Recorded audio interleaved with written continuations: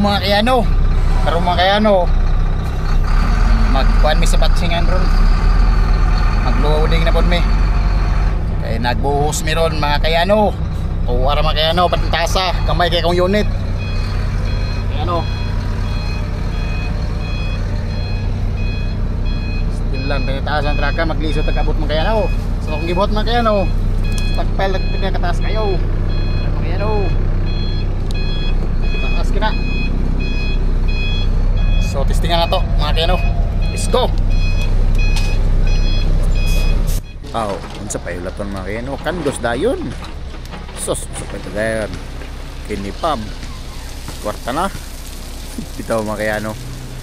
Matay mo sa kapiki gini ang unit mga kayano ng gamay. Diyos. Nawara.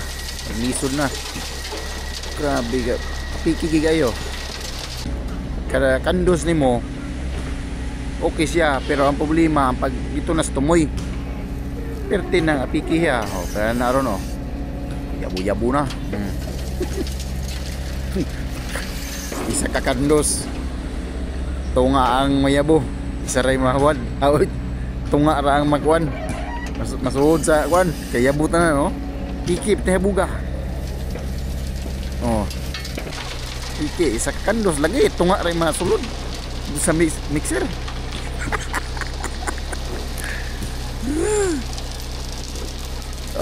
Piki nga buga. Tapos awas ako nga di kaya pag operate kaya mura mag di operator kaya awas oy kandos buwan full naman. Masabod gid siya, hindi mo pataas gid bingin mayo ang mga kwan. Hindi rin makaya kita nyo may gamay pero biyaya yo. Diyos hindi ra kining teknik kaya hindi rin makuha ang teknik nga parde isa matumbak. May teknik anak mga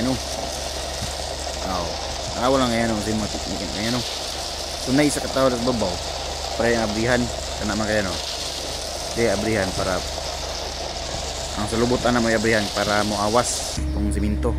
So tara pag lifting mga yan hinihiner na dili ta magdali